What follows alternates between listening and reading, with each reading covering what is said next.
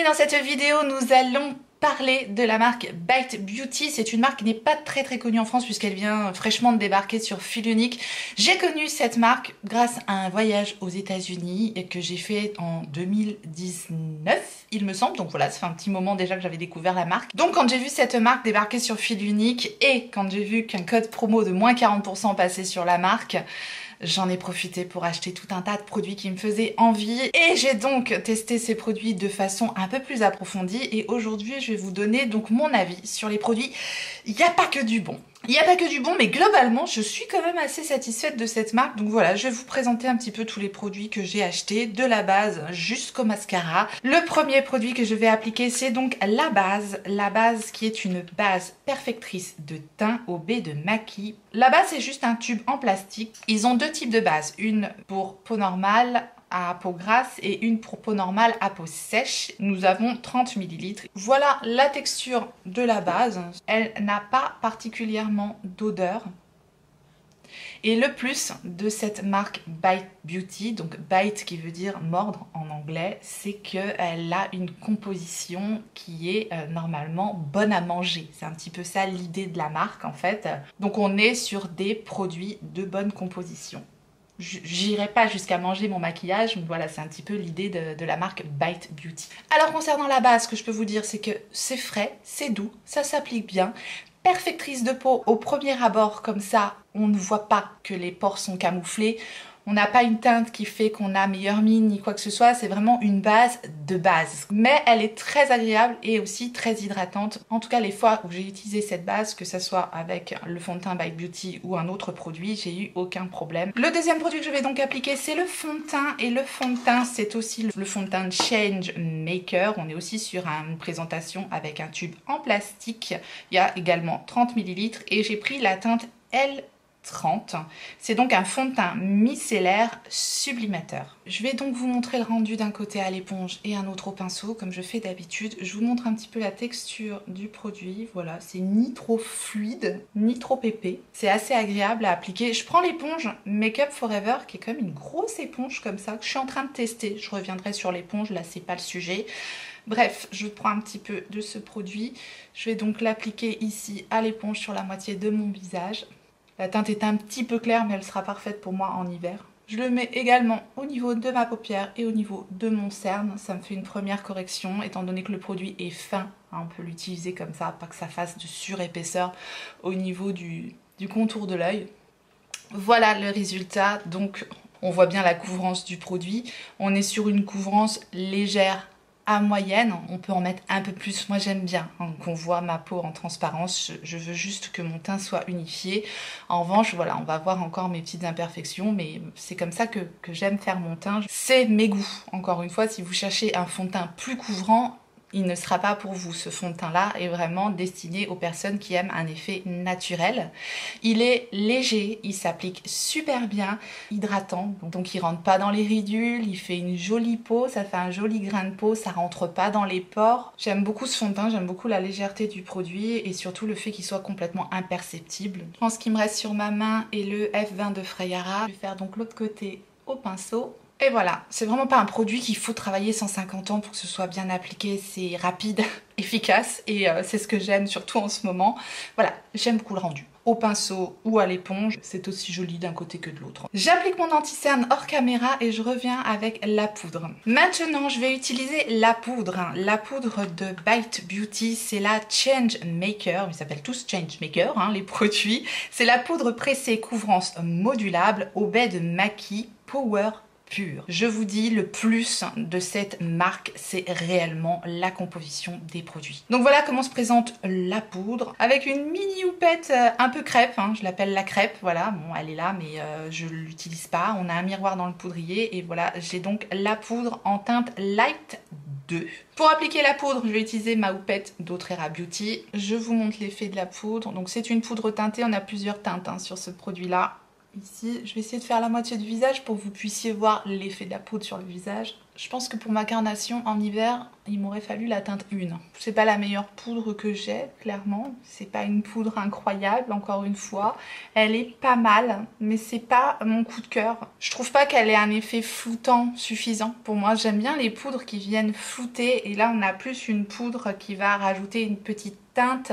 C'est presque une poudre qui pourrait s'utiliser toute seule. C'est pas le genre de poudre que je préfère, tout simplement parce que pour moi, j'aime les poudres qui vont vraiment faire une peau toute douce et vraiment bien flouter les pores et bien finir. En fait, j'aime bien les poudres de finition. J'ai plus l'impression d'avoir une poudre qui va me servir limite de fond de teint qu'une poudre perfectrice de teint à proprement parler. Je pense que c'est une poudre qui peut plaire, mais moi voilà, c'est pas ce que je préfère comme type de poudre. Je vais faire l'autre côté au pinceau.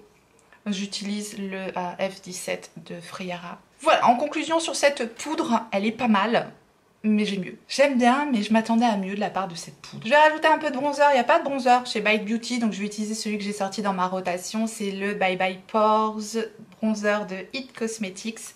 Je vais l'appliquer avec le pinceau F21 de Freyara rapidement hors caméra, puisque c'est pas le thème de la vidéo. Je l'adore ce bronzer au passage. Le Bye Bye Pores de It Cosmetics, un must have, il est fantastique. Il sent la noix de coco, en plus ce bronzer je l'adore. C'est très très pressé, donc il faut un pinceau relativement dense pour l'utiliser. J'aime bien, c'est une texture un peu crémeuse comme ça, j'adore. J'adore, c'est vraiment imperceptible sur la peau. Enfin, ça pour le coup, ça c'est un coup de cœur, ouais. Je fais rapidement mes sourcils hors caméra avec le Brow Fixer de Beauty Bay. Je crois qu'on est arrivé au bout du Brow Fixer de Beauty Bay. Très prochainement. Maintenant, je vais utiliser un vrai coup de cœur dans la marque Bite Beauty et s'il y a un produit sur lequel j'ai vraiment eu un énorme coup de cœur et je trouve très réussi, c'est le petit blush et c'est le blush Daycation. Ce sont des fards à joues onctueux à l'extrait de papaye. J'ai la teinte melon Morito, donc voilà, ça se présente en petits flacons comme ça en plastique. Je trouve le conditionnement adorable. On a 10 ml de produit. Et là, pour le coup, on est vraiment sur une texture onctueuse, un peu mousseuse. La teinte du produit est particulièrement réussie. Pêche, corail, lumineuse, très jolie. J'aime énormément ce produit. La texture est incroyable. C'est vraiment un produit qui sort de l'ordinaire. Là, pour le coup, je n'ai pas de blush liquide dans cette texture-là et je le trouve génial. Je prends un petit coin de mon éponge, je prends un petit peu de produit et je tapote ça. Et la magie opère. C'est magnifique. C'est vraiment très joli. Voilà, ça s'applique superbement bien sur la poudre, il n'y a aucun problème. C'est très fin, la pigmentation est parfaite je trouve pour utiliser en blush. En revanche, je l'ai utilisé en ombre à paupières, pour moi ce n'est pas assez pigmenté. Vous voyez, ça s'estompe très joliment, mais du coup en ombre à paupières, je trouve que ça s'estompe trop et après on voit plus rien en ombre à paupières. Par contre en blush c'est parfait pour avoir vraiment un effet complètement fondu. La teinte est vraiment jolie, j'adore. Voilà, mon favori de tout ce que j'ai pu tester de Bite Beauty, c'est ça. C'est le blush Daycation, vraiment en teinte melon Morito. C'est magnifique. Je vais rajouter un peu d'highlighter, je vais juste prendre l'highlighter de ma palette Bobbi Brown. Je vous reparlerai de cette palette, mais je vais rajouter cet highlighter là que je trouve magnifique par-dessus. Là, cette teinte de blush, ça se marie super bien. Par contre, il faut utiliser des pinceaux denses pour cette palette là. C'est juste un petit peu sa particularité, mais sinon, cet highlighter pêche là, il est magnifique. J'en rajoute juste un petit peu parce que je trouve ça super beau. Je vous dis juste au passage des pinceaux denses sur cette palette là et elle marche super bien. Je vais en profiter pour vous présenter la palette Rhône ou Rowan. Je l'ai eu sur Cult Beauty cette palette-ci et ces 4 fards métalliques, pailletés, magnifiques qu'il y a dans cette palette. La palette c'est la palette 1111. Par contre sa petite particularité c'est la texture des fards. C'est vraiment très friable comme fard. C'est assez épais, notamment celui-ci. Ce fard-ci est assez épais, donc il faut vraiment bien écraser le pigment sur la paupière, mais je vais vous montrer ce que ça donne. Voilà, sur la paupière. C'est quand même relativement épais, mais c'est tellement lumineux, c'est tellement beau. Oh, j'adore. À utiliser exclusivement au doigt. C'est vraiment comme ça que ça fonctionne le mieux. J'espère que vous allez voir le rendu de ce fard. C'est ultra scintillant comme fard. Il faut vraiment bien écraser toutes les petites perles là qu'il y a dans ce fard pour refaire ressortir en fait toute la lumière. Donc il faut clairement aimer se maquiller avec les doigts. Voilà. J'essaye de vous montrer au mieux l'application de ce truc, mais c'est pas évident. J'espère qu'on se rendra compte à la caméra. Bon, c'est toujours...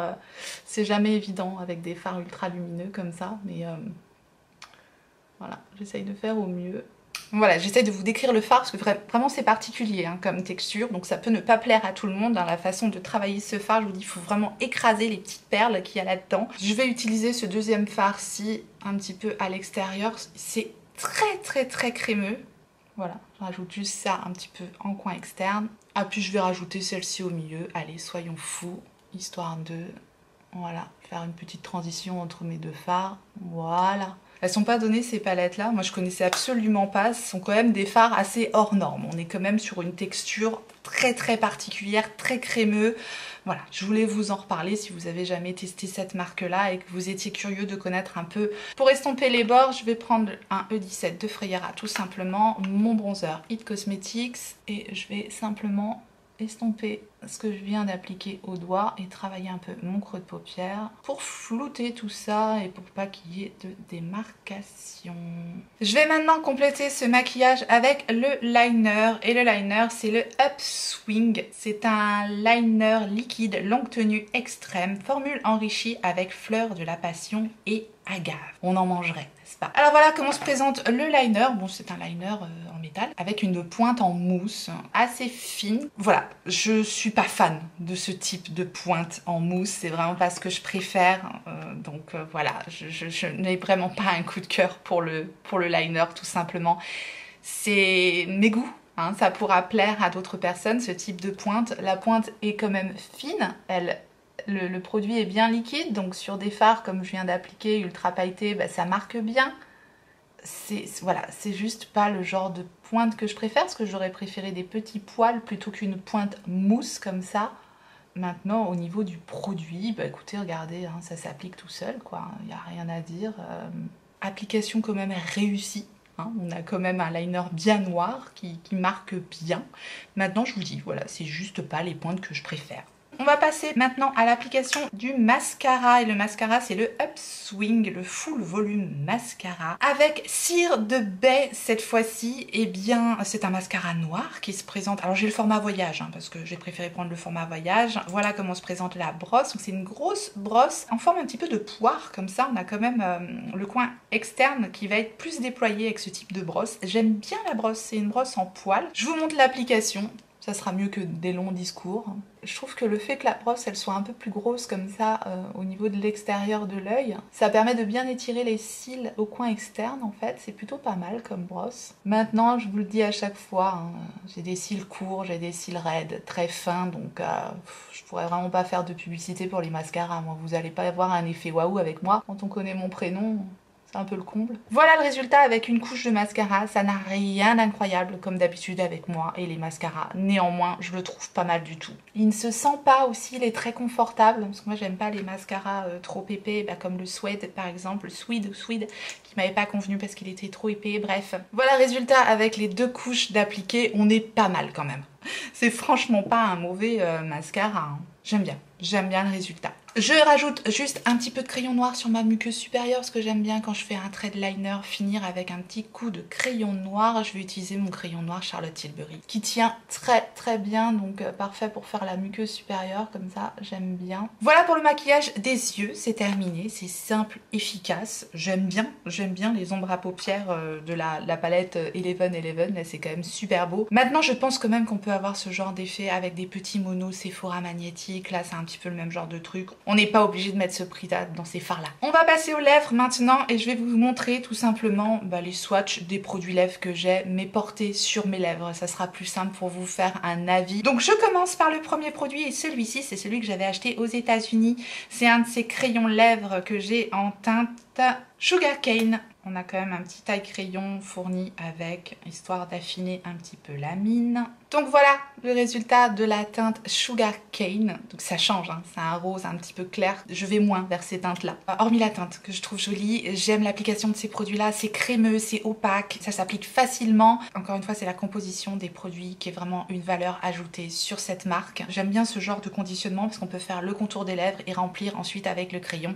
Et la tenue est bonne, c'est très confortable. Donc voilà, moi je les aime énormément ces crayons pour les lèvres. Je vais maintenant vous montrer l'application des 4 crayons qu'il y a dans ce coffret avec ces 4 formats voyage. Donc c'est le même type de crayon. Et ici nous avons 4 teintes roses. Je trouve le coffret hyper intéressant. Nous avons ici la teinte Party Punch, la teinte Pink Paloma, la teinte Nonino et la teinte Virgin Daiquiri. Voilà la teinte Party Punch. J'ai vraiment moins l'habitude de porter ce genre de rose un petit peu fuchsia comme ça. Mais ça change, c'est joli quand même. Je pense qu'on peut aussi les avoir à l'unité, donc c'est pour ça que je vous fais les swatchs de chacun de ces crayons. Voilà le résultat de la teinte Pink Paloma, j'aime énormément. C'est un rose un peu moins soutenu que le précédent, j'aime beaucoup. Vraiment cette teinte rose est vraiment très saillante, je trouve, j'aime énormément. C'est mat, mais mat confortable, il se sent absolument pas sur les lèvres, c'est vraiment quelque chose... Voilà, une fois qu'on l'a mis, on ne sait même pas qu'on a un produit vraiment sur les lèvres. C'est vraiment une texture très très confortable. J'aime énormément ces crayons. Ensuite, on a donc la teinte Nonino. Cette teinte-ci, je pense que c'est ma préférée du coffret. C'est le nude rose par excellence. J'aime énormément. Avec des sous-tons un tout petit peu mauve comme ça. C'est vraiment très très beau. J'ai un gros coup de cœur aussi pour cette teinte-ci. Et enfin la teinte Virgin Daiquiri. Je trouve que c'est un petit peu clair comme rose pour moi, mais je pourrais l'utiliser en faisant un petit ombré, en faisant un petit contour un peu plus foncé, parce que là pour le coup je trouve ça un peu clair sur ma carnation. Et on va donc terminer avec le rouge à lèvres de la marque Bite Beauty. C'est le Power Move. Donc c'est un rouge à lèvres mat velouté enrichi en beurre de cacao. J'ai ici la teinte Tamarind, c'est un rouge à lèvres marronné avec des sous-tons un peu pêche. Je vous montre l'application, gros coup de cœur. Cette teinte est sublime. Je trouve que c'est une teinte qui va parfaitement aller toute l'année. J'aime énormément la teinte un peu marronné pêche comme ça, je trouve ça très très joli. Ça peut aller avec plein de maquillage en plus. J'aime énormément cette teinte. Et alors l'effet du rouge à lèvres, c'est velours, c'est comme du velours. C'est mat, mais mat confortable. C'est vraiment pas épais comme texture, c'est très confortable. Donc c'est ce que j'aime énormément également dans ces rouges à lèvres là, parce que j'aime les rouges à lèvres confortables. Voilà, j'en ai terminé avec cette vidéo spéciale Bite Beauty. Vous l'aurez compris, il n'y a pas que des favoris dans cette marque. J'espère que j'aurai été le plus clair possible pour que vous puissiez vous faire une idée un petit peu de ces produits-là, savoir s'ils pourraient vous correspondre ou pas. N'hésitez pas à me dire ce que vous en pensez en commentaire, s'il y a des choses sur lesquelles vous pouvez craquer ou pas du tout. Moi, j'ai vraiment des coups de cœur, comme par exemple le blush, les crayons pour les lèvres, le rouge à lèvres. Voilà, ça c'est vraiment mes coups de cœur de la marque. J'aime bien les produits teints. Je vous dis, il y a des produits sans plus, la poudre, le liner, j'aime bien le mascara également. Voilà, bref, je vous remercie énormément d'avoir regardé cette vidéo et j'espère en tout cas que vous avez passé un bon moment et que j'ai pu vous éclairer sur la marque Bite Beauty. Et si tel est le cas, n'hésitez pas à liker la vidéo. Merci à tous ceux qui pensent à faire ce petit clic pour moi avant de partir. Et si vous n'êtes pas encore abonné, eh bien abonnez-vous et activez votre clochette pour savoir quand est-ce que je ressortirai une vidéo. Et en attendant la prochaine, n'oubliez pas, on n'a qu'une vie. Et moi je vous fais des gros bisous.